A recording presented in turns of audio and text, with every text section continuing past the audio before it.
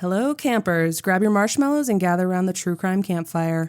We're your camp counselors. I'm Katie. And I'm Whitney. And we're here to tell you a true story that is way stranger than fiction. We're roasting murderers and marshmallows around the true crime campfire.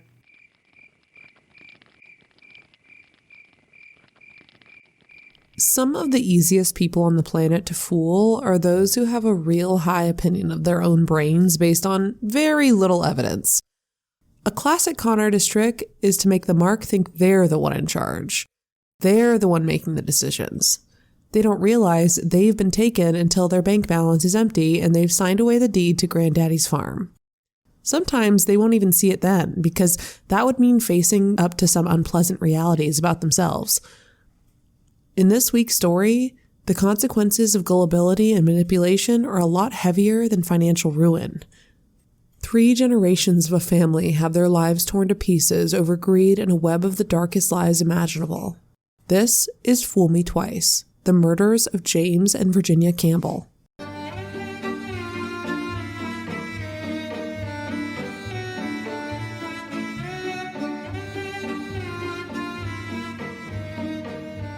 So, campers, for this one we're in Houston, Texas, June 19th, 1982. It was 3:30 a.m., and in an upstairs bedroom in the wealthy Memorial neighborhood, James Campbell slept beside his wife, Virginia. A faint hum and a soft gray light filled the room from the TV. James and Virginia's young grandsons, Michael and Matthew, had been watching Star Wars on the VCR for the millionth time. They'd fallen asleep before Princess Leia even got rescued, and the movie had played out until the tape stopped and rewound. The 2 boys were still asleep at the foot of the bed in a big pile of blankets. A loud noise startled 8-year-old Michael awake, or maybe several loud noises. Still sleepy, he looked up and saw a figure briefly standing in the doorway. Then it was gone. When Michael looked at his grandparents' bed, the horror of what he saw there shook him fully awake. James and Virginia were both dead, their sheets and blankets bloody. They had been shot. James had one eye open. It seemed to be looking right at Michael. Michael tried to talk to his granddad, who he called Papa, but James was long past being able to reply. Michael shook his younger brother awake, and the 2 terrified boys ran downstairs and out the back door. The Campbells' housekeeper, Maria, had her own little apartment over the garage, and the boys clattered up the stairs and hammered on her door until a sleepy Maria opened it in her bathrobe. She took one look at the boys' faces and immediately knew something was horribly wrong. Michael blurted out the horrible scene he'd witnessed in his grandparents' bedroom. In a panic, Maria was too scared to go and look for herself, and who can blame her? Instead, she called J.W. Campbell, James's younger brother and a junior partner at his law firm. Shortly after, it was J.W. who managed to make a fairly calm 911 call to the Houston PD. "My brother and his wife have been murdered," he said. It's not something that shows the U.S. justice system in the best light, but the fact is that a double murder in a wealthy part of town will almost always be a top priority to the authorities. When the homicide investigators arrived, there was already a swarm of police parked outside, along with an ambulance. Neighbors in bathrobes stood on the lawns and watched, everybody bathed in the red and blue lights of the cop cars. The Campbells' house struck the investigators as unusual right away. It was an expensive place, but inside it was sparsely furnished, and most of what furniture there was old and scuffed. They'd already noticed that the yard was poorly kept. Their first impression was that this was a once wealthy household that had hit hard times. Or at least hard times by the shishi standards of Memorial Drive. I mean, you're in no real danger of hitting the breadline when you have a live-in housekeeper. The house provided tantalizing clues. The window in the den was half open. On the floor just inside the front door, they found a white surgical glove. There wasn't much mystery about how the murders had happened, though. There were 6 .45 caliber shell casings on the floor in the Campbells' bedroom. Where they were scattered suggested that the shooter had stood just inside the doorway, turned right toward the double bed so the ejected shell casings bounced off the wall. There was actually a .45 automatic in the room, behind glass in the gun cabinet on the back wall, but it was immediately apparent that that gun hadn't been fired in a long time. James Campbell was evidently a cautious man. Leaning against the wall close to his side of the bed was a loaded shotgun. It hadn't been touched. There was a lot of blood, on the ceiling, on the sheets, on the drapes. There had been 6 shots, and they had all hit their targets. Virginia had been shot once in the head, once in the arm, and once in the chest, and had almost certainly died without ever waking up. James might have been startled awake for a second or so, just long enough to sit up and turn toward the door, but then he'd been shot through the eye and died instantly. The killer had shot him 2 more times, just to be sure. Nothing had been disturbed or taken. Virginia still had a big diamond ring on her finger. The killer had come in, killed them both quickly and efficiently from about 6 feet away, and left. This was cold and deliberate murder, and by someone who was proficient with firearms. James's younger brother, J.W., sat in the kitchen, looking rumpled and dazed, and had trouble focusing on the investigators' questions. It all felt surreal to him. Barely an hour ago, he'd found his brother and his wife dead. When he was asked if he knew who might want James dead, J.W. vaguely said, "A client?" But he was just guessing. He didn't have anyone specific in mind. James primarily worked on personal injury cases, a field where it's easy to make enemies. From J.W., the investigators learned the shape of the Campbell's family. They had 4 daughters. The oldest 2, Michelle and Betty Ann, both lived up in Austin. Another daughter, Cindy, was grandsons Michael and Matthew's mom. She still lived in Houston, close by. Their youngest daughter, Jamie, was in college in Knoxville, Tennessee. "I have to call them," J.W. told the investigators. You could tell he was dreading it.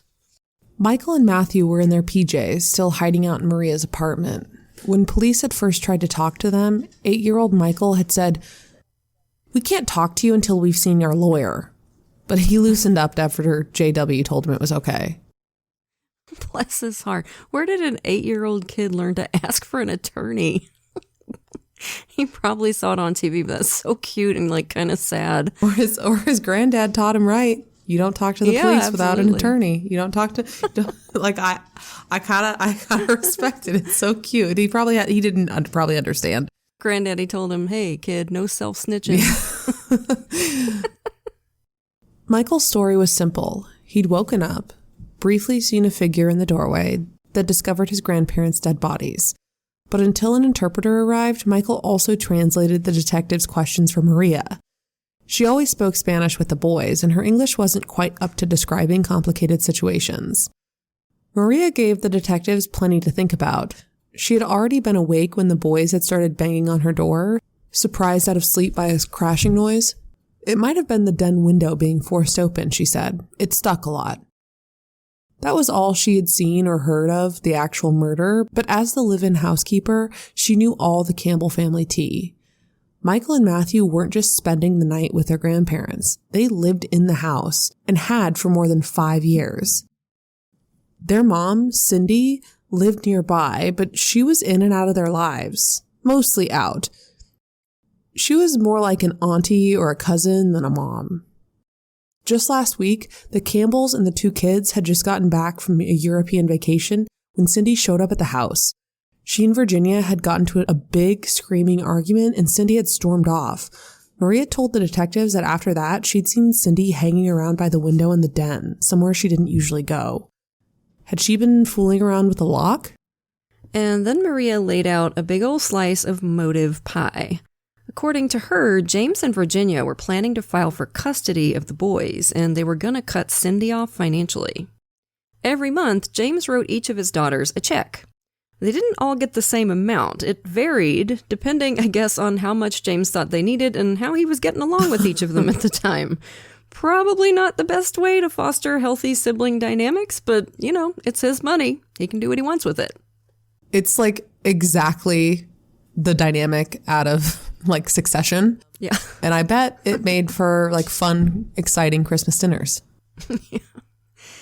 The detectives' antennae were twanging at this, but so far this family drama wasn't really adding up to 2 execution-style murders with highly accurate gunshots.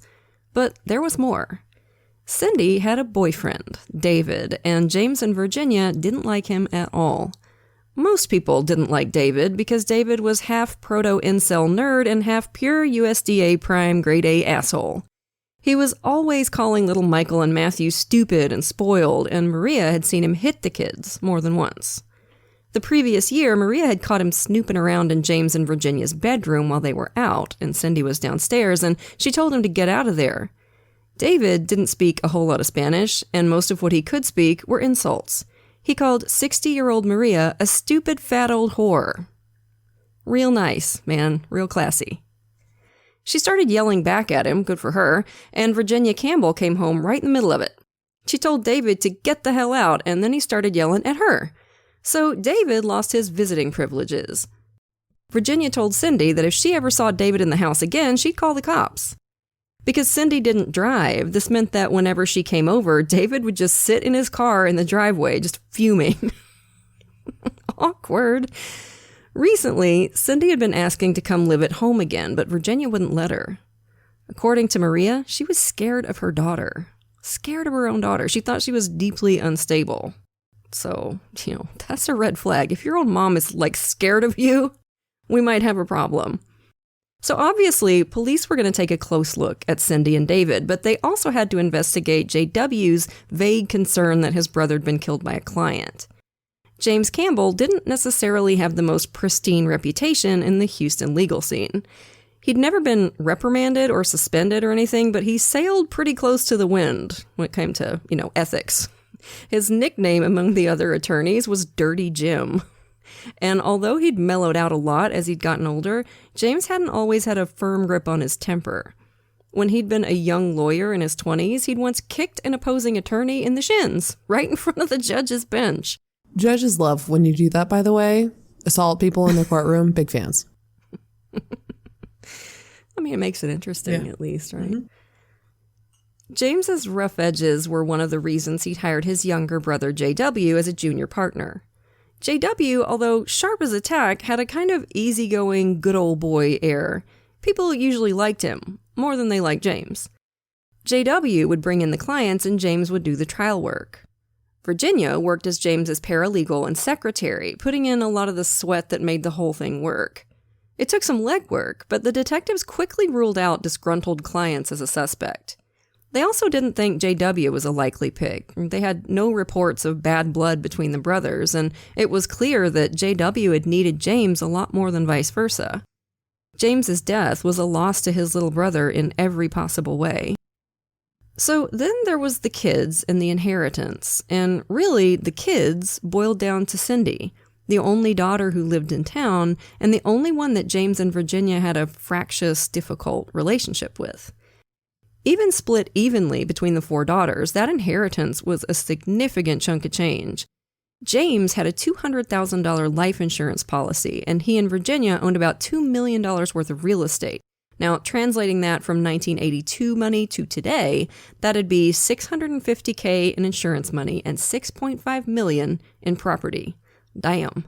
But would it be divided equally between all the kids? According to the older daughters, Michelle and Betty Ann, their mom had told him that James was going to rewrite his will, cutting Cindy out completely and shifting her share directly to Michael and Matthew. But there was no sign of a new will, or in fact any will at all, in James' safety deposit box. Nothing the investigators heard about Cindy suggested she had any experience with guns, and whoever had shot the Campbells definitely did. But what about boyfriend David? To start with, he didn't even seem to be boyfriend David anymore. As far as anyone knew, the two of them had been broken up for months. A romantic partner is always a good suspect as an accomplice, but an ex, not so much. David West definitely set those red flags flying, though. He was a former Marine who owned a rundown house in the Montrose district close to downtown Houston, where he liked to get drunk and high and shoot his handgun into the ceiling or out the living room window. Oh, that's got to be fun for his neighbors. It's like a caricature or like something you'd see in like an 80s movie. Yeah, he absolutely is. He was also a survivalist who slept in a hammock and hoarded canned goods and apparently didn't believe in laundry detergent. When clothes got too stinky, he'd just shove them in a closet. You could probably smell his house from the space station. And this won't surprise you all. Like so many of the dipshits we've covered on our show, David was a loyal reader of our old friend, Soldier of Fortune magazine, the magazine choice for many a racist, militant, violent weirdo. I could have told you that without you even telling me. Like, I knew it already. Like, there's going to be stacks of Soldier of Fortune in there. Tied with twine. We just know it. Yeah. People thought he and Cindy had hit the skids, but now, all of a sudden, it seemed like they were back together. He came with Cindy to James and Virginia's funeral, and he went with her to the police station, where detectives took sworn statements from each of them about the night of the murders. Their statements matched well, but not perfectly, meaning either they were telling the truth or they'd practiced their story. The night before the murder, David drove Cindy over to Memorial Drive, where she asked her mom for money. Virginia gave her $10 and asked Cindy if she wanted to hang around and see the boys, but Cindy said she was in a hurry and left. Mom of the year. That's real nice. Yeah. I just want my money, Mom. I don't want to see my kids. Gross. Don't need to see the children. The $10 got Cindy and David into a punk club where they stayed till closing at 2 a.m. Then they went to David's place and had a little romance among all the dirty socks, which I have to ask. Was it in the hammock? God, I hope not. It can't have been, right? It can't have been in the hammock. Before moving on to a party at around 3:45 a.m. When that wound down, they went to an all-night place for breakfast around 4:15 a.m. Good Lord, just listening to all that made me exhausted. Although I used to do stuff like that too, like in my, wild youth. But man, it makes me tired to listen to now. Go to bed, you freaking weirdos. I didn't even do that in my wild youth, but I was up at like 5, when I was in my 20s, because I like being up early. Lord, I go to bed at 5. In both their stories, the timing between leaving the club and getting to the party was a little mushy, but that was normal. It would have been more suspicious if they'd been able to provide a minute-by-minute account of everything they did that night. Still, their statements had a big gaping hole around the time of the murder, where their only alibis were each other. That's true for a lot of crimes committed in the early hours in the morning when most people are asleep. Those were all the alibis Cindy's older sisters over in Austin had, Michelle with her girlfriend and Betty Ann with her husband. Austin was 2.5 hours away, but that's not too far to drive with millions of dollars on the line. Cindy, though, was at the tip-top of the sibling suspect list. She lived nearby, and by her own account, she was awake when the Campbells were killed. And the apparent threat of getting cut off financially and losing her kids, not that she seemed to give a shit about them, but I think she gave a lot of shit about the money, were motives that might as well have been displayed on big neon signs. All the Campbell daughters were kind of shy and a little weird as kids, and obviously there's nothing wrong with that. Shy and weird includes a hell of a lot of kids. Cindy was always the most shy and the most weird, an odd duck who would flip in a second from sweet and smiling to shouting and ragey. She was obviously smart, but she was kind of a dud academically, just kind of drifting through life like she was half in a dream. From early on in her life, she'd been a talented artist, but she'd never put in the work to make something of that talent. Cindy wasn't really about putting in the work on anything. She'd been kind of a lazy, self-involved kid, and by the time she was 26 and her parents had died, she'd never had a job, just lived rent-free in a small apartment building her dad had gotten as payment in a case. In school, Cindy hadn't smiled much and hadn't made many friends. She'd been a real quiet kid who somehow managed to get into a lot of trouble.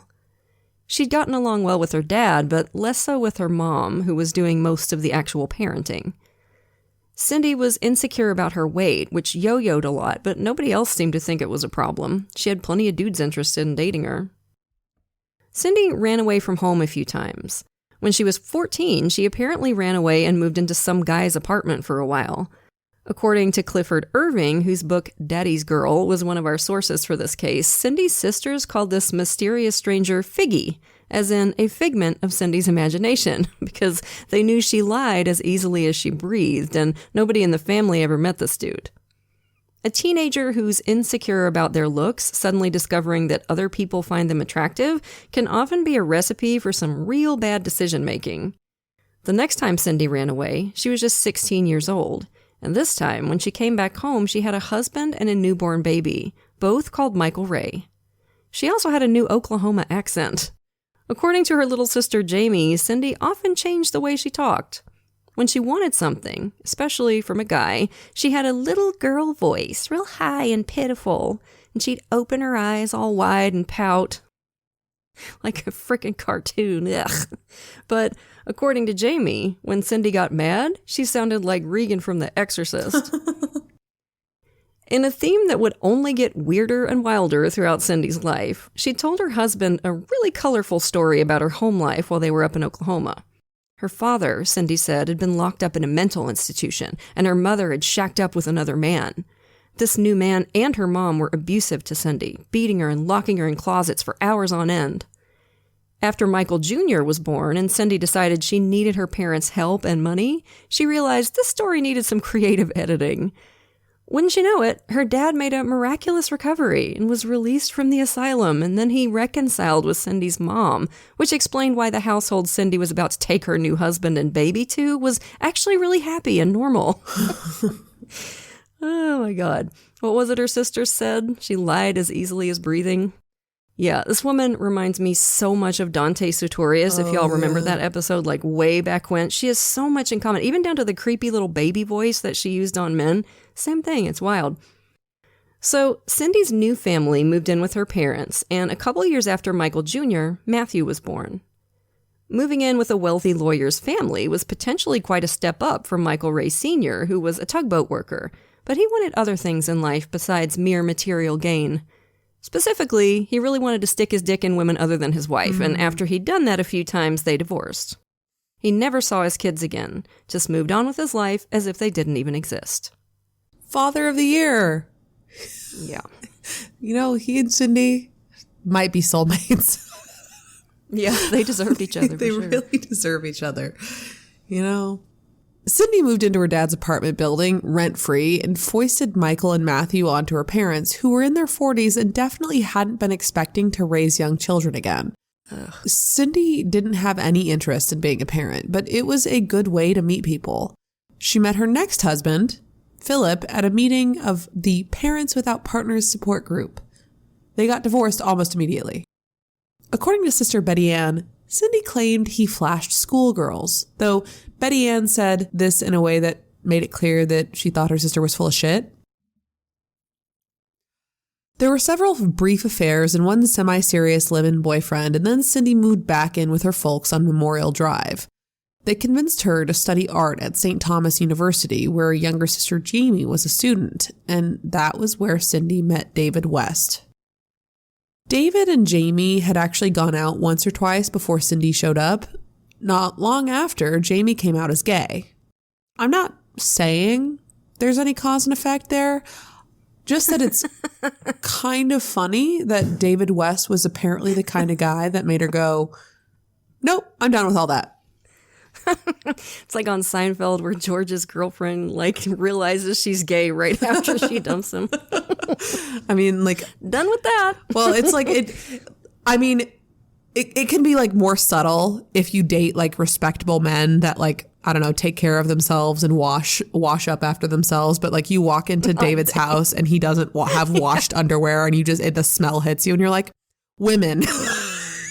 He's got visible stink lines, it's just maybe makes this situation a little more clear cut in the moment.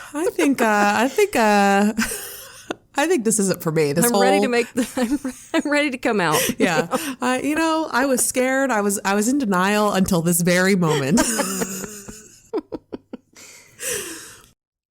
Throughout this story, there's a lot of confusion about whether David or Cindy was in charge of what was happening. Confusion that's mainly caused by David thinking he was in charge when actually Cindy was playing him like a fiddle from minute one. When they first met, Cindy put on her little girl voice, TM, and fluttered her eyelashes at him. Oh, look at me. I'm just a cute little helpless thing. Ugh. Yeah, I'm disgusted with myself. I hated that.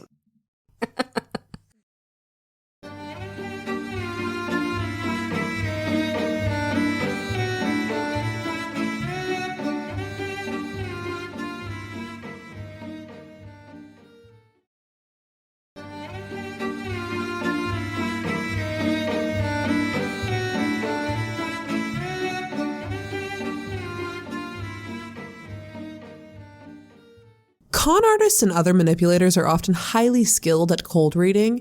They can spot a potential mark a mile off, and figure out how to sneak past their defenses really quickly. Cindy had immediately clocked David as a classic Captain Save-A-Ho.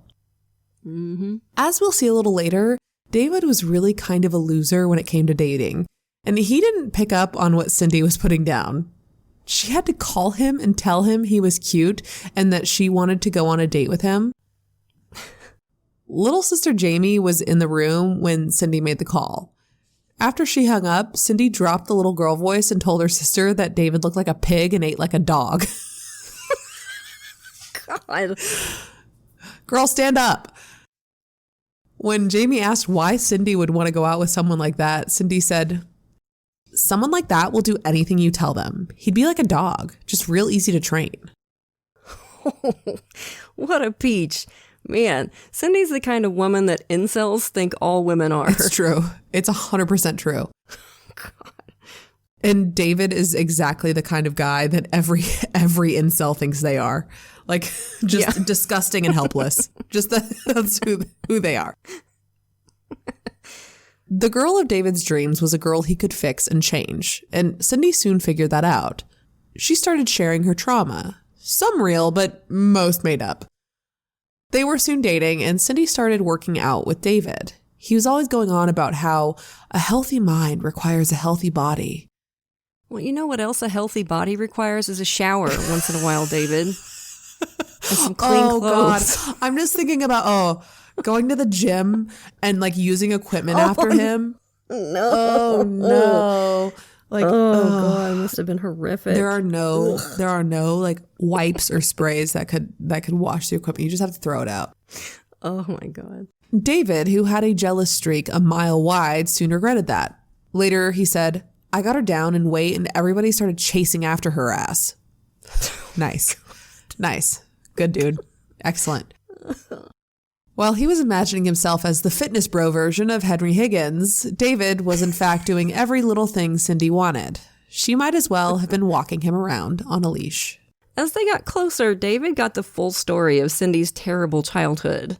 And I feel like we need to preface this by noting that Cindy grew up in a nice but by no means huge house, the kind of place that can feel pretty crowded with 2 parents and 4 kids.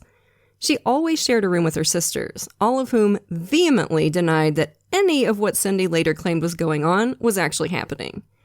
Cindy told David that her father had been abusing her since she was 13, and that her oldest son, Michael, was in fact her father's child. Ugh. Cindy neglected to tell David that she'd been living all the way up in Oklahoma when she'd gotten pregnant with Michael, and David wasn't the guy to question what his girlfriend told him. He actually described Cindy to others as his project, and surely a mere project couldn't pull the wool over the eyes of a big, strong guy like him. He convinced himself that Michael looked a lot like his grandfather James, and to him that was incontrovertible evidence. According to Cindy, her mom Virginia was furious. Not about the abuse, though. She was jealous of Cindy and angry that James would now give her favorable treatment over the other girls. She started beating Cindy regularly and then made her own sexual advances on her. Oh, wow, that's a disgusting story. Mm-hmm. When Cindy turned her down, she said, Virginia locked her in a closet for days on end. When Cindy soiled herself, Virginia forced her to eat her own poop, then shut her back in the closet to sit in her own filth. Now, if you followed true crime for any amount of time, you know that people can do some insanely awful things to other people. So this story is not like this couldn't happen. This shit does happen and has happened. But imagine you're a teenage girl and you don't see your sister, who you share a bedroom with, for days because she's locked in a closet and being made to eat poo. That seems to me like something that would make an impression on a young girl, something that you probably wouldn't forget. But none of Cindy's sisters had ever witnessed or suspected any abuse at all in the house, or felt like their parents treated Cindy any differently than the other girls. It's not the kind of thing that was ever going to happen, but if David had been able to compare notes on the subject with other people in Cindy's orbit, he'd have realized he was being sold a line. Cindy told a mutual acquaintance that her dad was a saintly, loving figure and that the abuse all came from Cindy's evil stepmother and nasty stepsisters who wanted to cheat Cindy out of her inheritance. In this version, David wasn't Cindy's boyfriend. He was just a friend who had sexually assaulted Cindy in the past. Everybody got a different story. David West is a recurring TCC character, a guy who thinks he's real smart but is actually a gullible turnip, and he ate all this shit up with a spoon. He liked his girls damaged and needy so he could be a big protector man. He was born in Houston in 1956, and pretty much the only interesting thing that happened during his boilerplate suburban childhood was when a machine in shop class tore off the little finger of his left hand. He'd later brag that he'd been able to shut down all sense of pain through pure willpower alone. Oh my God. Oh my Sure, God. man. What, like, that's just called like trauma. Like, of course, when something traumatic happens to you, yeah, you tend to like. Yeah, you often don't feel it at Don't first, feel it right away. But yeah, sure. It's No, your but it's just 'cause manliness. he was built different, Katie. It's your He's built testosterone. different. You're right. When he started skipping school, his parents sent him to Allen Military Academy, which evidently opened a door for David. He joined the Marines in his junior year. In his 4 years of active service, he got his high school diploma and spent 18 months in Morocco guarding naval bases. But the most significant thing that happened was when his mom's wealthy aunt died. David inherited about $100,000 in cash and stocks. His mom, as executor, bought him the house in Montrose and a little piece of land out in Iola. With old cases like this, we often translate money in today's value, but it's different with stocks. A lot of the stocks David inherited were in Exxon and Texaco. If he just sat on them like his mom told him to, they would be worth millions today. But when David got out of the Marines in 1978, he sold the stock and went on a 3-month vacation in Europe. When he got back, he bought a Mustang. Vroom, vroom. Are you noticing a pattern with our David? I am. He's not prone to patience. Very much likes the very quick satisfaction. Instant gratification. Yeah, just had no patience. The house in Montrose was kind of run down before he got his hands on it. David's mom had intended that he use some of his inheritance to remodel the place, but David moved right in and invited some of his buddies from the Marines to move in too. He tried a couple of college courses, tried a couple of jobs, but nothing stuck. He drank a lot and smoked a lot of weed. He trashed his Mustang and then bought a Trans Am and trashed that too. Those are like exactly the two cars that I would pick for him too. You know, like late 70s, sort of douchebag guy who thinks he's hot shit. Mustang, Trans Am. It would be a Dodge Charger now. You know it would be. Yeah. It would, yeah. Or a Cybertruck. Yeah. A Dodge Charger, and then he couldn't fucking afford a Cybertruck. He couldn't afford a Cybertruck. That's right. Instead of working, he sold the piece of land in Iola and lived off the money from that. By the time he was 25, 3 years after receiving his inheritance, he was unemployed, pretty much broke, and always asking his mama for cash. You'd think that if the military teaches you anything, it would be some respect for order and cleanliness, but apparently not for our David. Nope. The house was disgusting. The kitchen was full of trash bags, only about half of them closed. He had fleas jumping around on the carpet. Oh my God. Whenever you turned on a light, Texas-sized cockroaches would scurry under the fridge.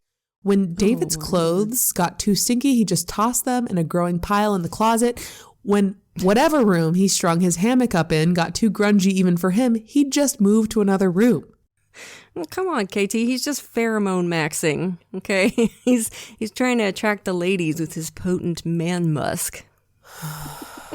Don't say those words to You me. know, that's the thing. I know. That's the thing, Don't right? say That those- some of the kids are doing. Don't say those words to me. I don't like that you said those words in that order to me.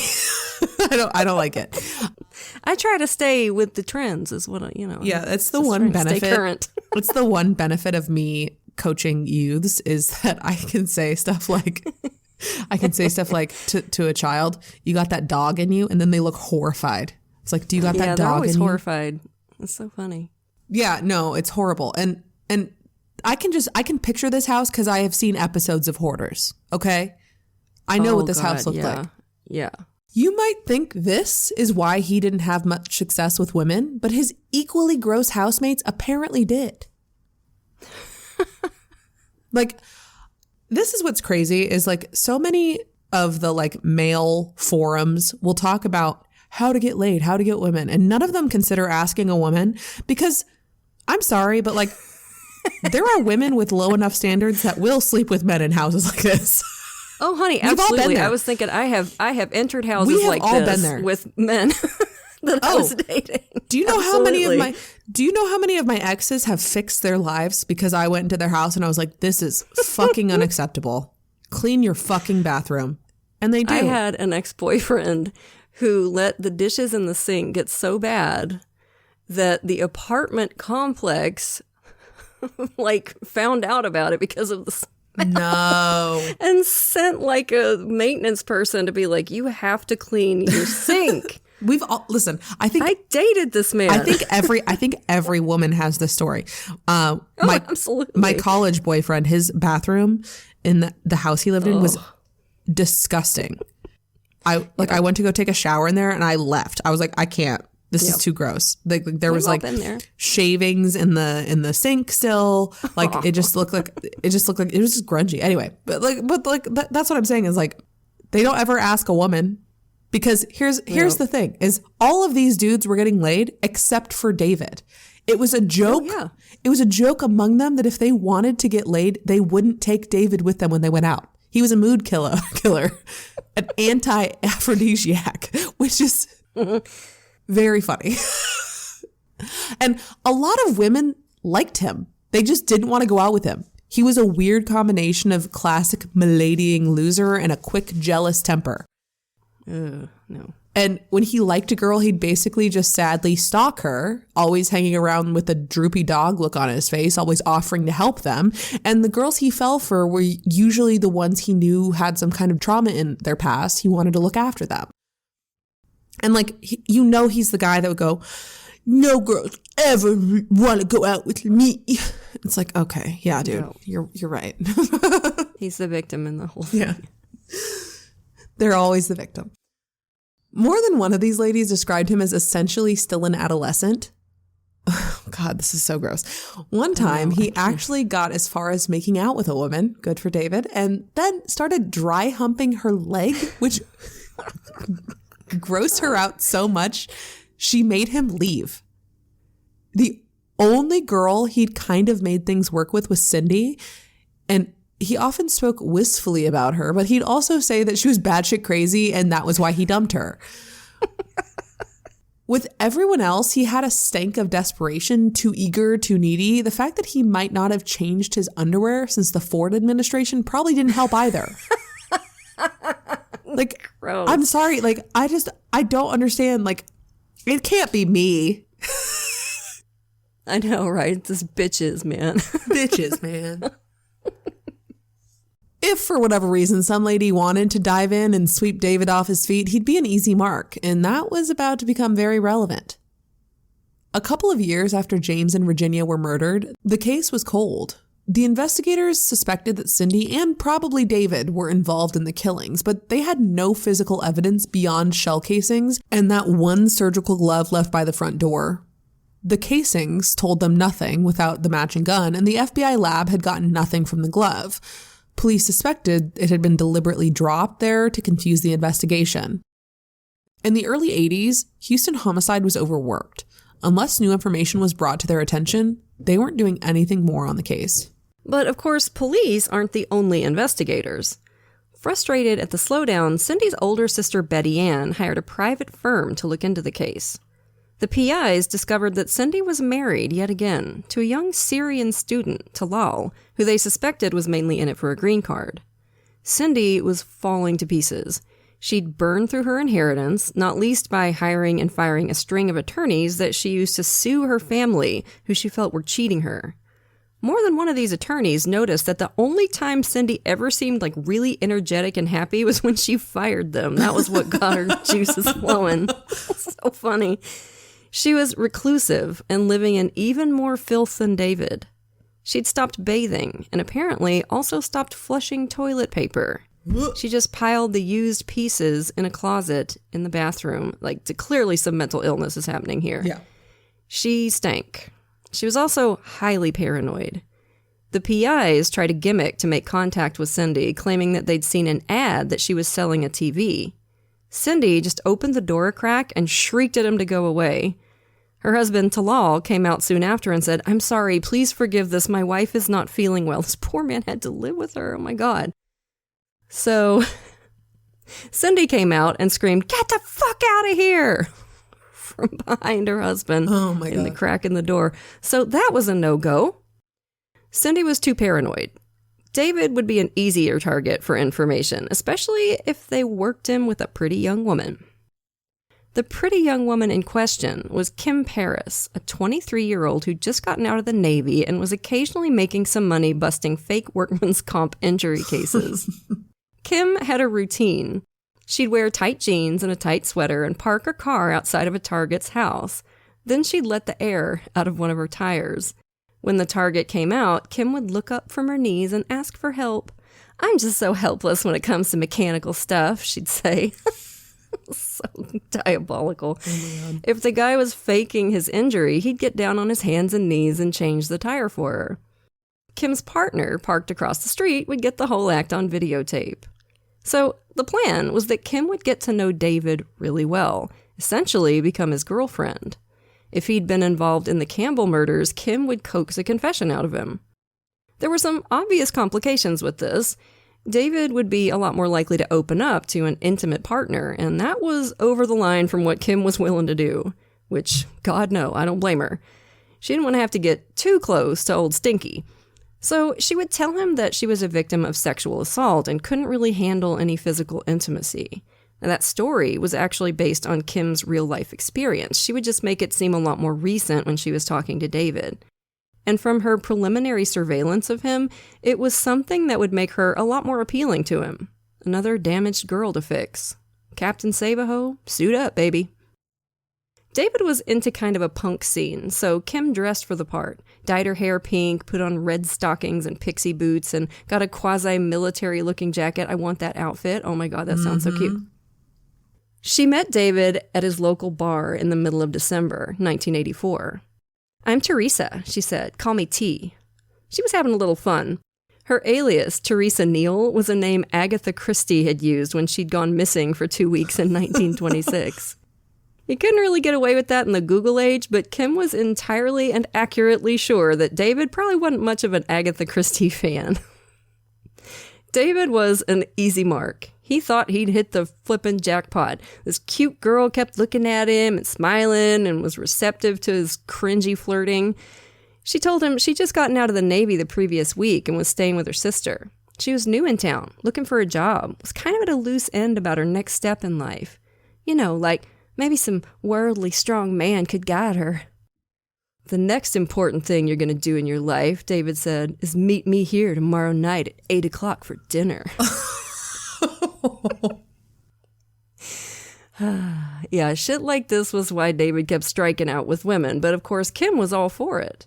Dating is so much easier when you're being ruthlessly manipulated. As early as that second meeting, Kim felt like she was on to something. David told her he was planning to open his own bar in Montrose with financial backing from a silent partner. A few beers later, he said the silent partner was an old girlfriend. And y'all, he literally said, "I'm her Svengali." Dude, first of all, I don't think you know what that means. And second, you can't sell Svengali. That's worse than deciding your new nickname's going to be Ace or T-Bone and then insisting everybody call you that. God, he's so cringe. It's so cringe. Oh. And oh my God. "I'm her Svengali." Like, ew. He kept bringing up this bar, so Kim made herself look fascinated and impressed. He said he was going to start moving on it as soon as his ex-girlfriend got her full inheritance from her parents, which her cruel sisters and uncle were trying to cheat her out of. "Both her parents died?" Kim said. "Yeah, in a car accident," David said. "That's awful," Kim said.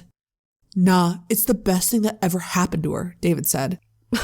Obviously, the old girlfriend was Cindy, and her parents hadn't died in a car crash. The list of reasons why David would lie about that was pretty short. For all intents and purposes, they started dating. It was completely sexless. If David even tried to kiss Kim, she'd stiffen up and push him away.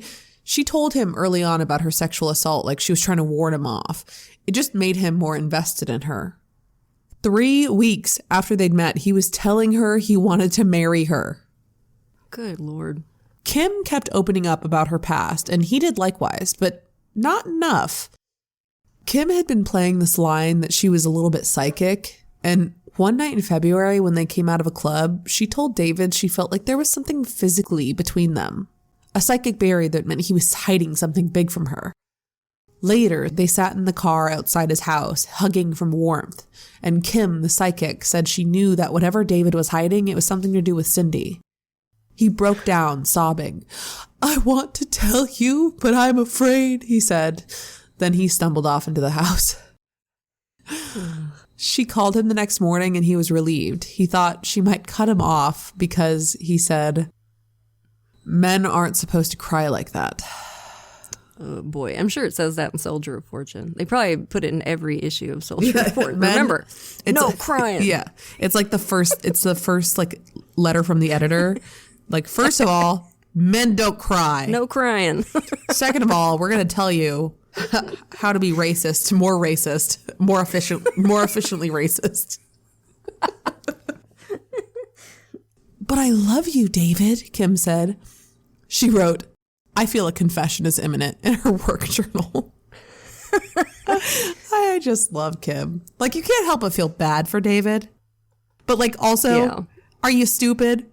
She's awesome too. Like, there's this so wonderful picture of her. Like, it's so 80s. It's just, I can't get enough of it. She's cool as hell. She's dope. It's just like, seriously, her? You think her, David? Okay. Droopy dog. Mm-hmm. It was. The confession was imminent. On February 20th, Kim went to David's house. She was wearing a wire, and homicide detectives were listening in a van across the street. At first, it didn't seem like there was any chance of them getting what they needed, and they had to suffer through David trying to whine his way into Kim's pants. "I'm a very sexual person," he told her. "I want to hold you and kiss you and love you." In the van, one of the cops said, "This is pitiful. This guy couldn't make out in a whorehouse." I love that they're like Waldorf and Stetlering it. Yeah. I mean, you have to. They're roasting him from the van. Yeah, you have, like, obviously. This is, oh my God. Just, and like it's just very like 17-year-old boy. Like, it just hurts if I can't put it in. And it's like, dude. Gross. Kim and David went to dinner and then started arguing in Kim's car. He wasn't willing to open up to her, and she was going to leave. He wouldn't see her again. They yelled at each other and then settled down. The detectives in the van thought the night was a bust. Then, David said it. "Okay, I'll tell you. I killed both of Cindy's parents." Later, he said, "She fucking begged me to do it, and I wanted to do it. She offered me a lot of money. She stood there with me, and I shot each of them 3 times. And still later, Cindy's the one that fucking planned it. She's going to give me $25,000. I don't feel any remorse. All I did was administer justice." There was a plan in place for this eventuality. Kim said, "I'm out of cigarettes," and started driving to a nearby Circle K. She skipped out of the car, and the police van pulled right in beside the car, and cops piled out with their guns drawn. David West was arrested. The same day, before he and Kim had gone out, David had told a roommate what he thought of her. Just buckle up for this, okay? This is what he told his roommate about Kim. "I'm gonna marry her. She's the perfect Aryan woman. Big boned, strong, and blue-eyed. She'll make a good breeder. She's intelligent, but she's not wimpy. She goes out there and does things." What? She's... What did I just say about, like, Soldier of Fortune making you more efficiently racist? What did I just say? He's right out of Central Casting. She goes out there and does things. She certainly does, Davy boy. Things like getting your creepy fedora-wearing ass tossed in jail. Honestly, I'm half convinced that this guy is a time traveler from, like, mid-2000s 4chan. He missed his calling. He really did. He would do numbers on, like, incel forums. He would do so good. Oh, yeah. He would be so popular. So Cindy was arrested, but the case against her was almost entirely based on the recordings that Kim Paris had made, and that made it uncomfortably flimsy. To be confident of a conviction, the prosecution needed David to directly testify about Cindy's involvement in the shootings. The only way they'd get that was by making a deal. If David agreed to testify, he'd get 2 life sentences instead of facing the death penalty. He agreed. Cindy's trial was an uncomfortable experience, with the prosecution bringing up all of her unfounded allegations against her parents just to show how quickly they dissolved in the light of day. And the defense made a very gross attempt to parlay the fact that 2 of the Campbell daughters were gay into evidence that, like, the whole family was obviously a breeding ground for perverts. Good God almighty. Nobody should be nostalgic for the 80s, okay? The clothes and the music, yes. The politics, no. Jesus. Cindy was found guilty, surprise, surprise, and also given 2 life sentences. She died in prison in 2021 at the age of 65, and David West is still behind bars, and you can tell which prison he's in by the visible funk rising from the roof as you drive up. Yeah. That's how you tell. You can see the Great Wall of China from the space station. They also can also see the jail David West is in. The stink lines. Yep. And I want to point out that this man had 2 sort of successful relationships in his life, okay? And they were a woman who was manipulating him to murder her parents for her, and a private eye who was manipulating him to try and get him to confess to the it. murders. And that was literally the only 2 successful relationships this man ever had. Bless him. So we'll leave you with that. I hate to say it, but I think he could probably do numbers with the hybristophiliacs. I think maybe he's doing. I think he's. Oh, I hope not. I think he could. He's just love after lockup. He's David a little. West. He's a little too pathetic for him, though. They like him to be a little. Yeah. Less pathetic. Yeah, he's puppy dog, but he's also got that, like, sort of fake strongman thing about him. So yeah, you never know. If he could put on a good enough act in his letters or whatever, he could probably get a groupie. They liked Gacy, so who knows? Oh God, I know, that's insane. Good Lord. So here we go again, y'all. More narcissistic manipulation, more terminal main character syndrome, and another dude with a desperate need to prove himself to be bigger and badder and braver than he really was. James and Virginia lost their lives. Michael and Matthew lost the people who'd been parents to them since they were tiny. Cindy's sisters lost their mom and dad and their sense of security. And in the end, Cindy wasn't even satisfied with the spoils. Spent the rest of her life bitter and angry and painting herself as the victim until the day she died in prison. Kinda seems like it wasn't worth it, huh? Now, we have something special for you today.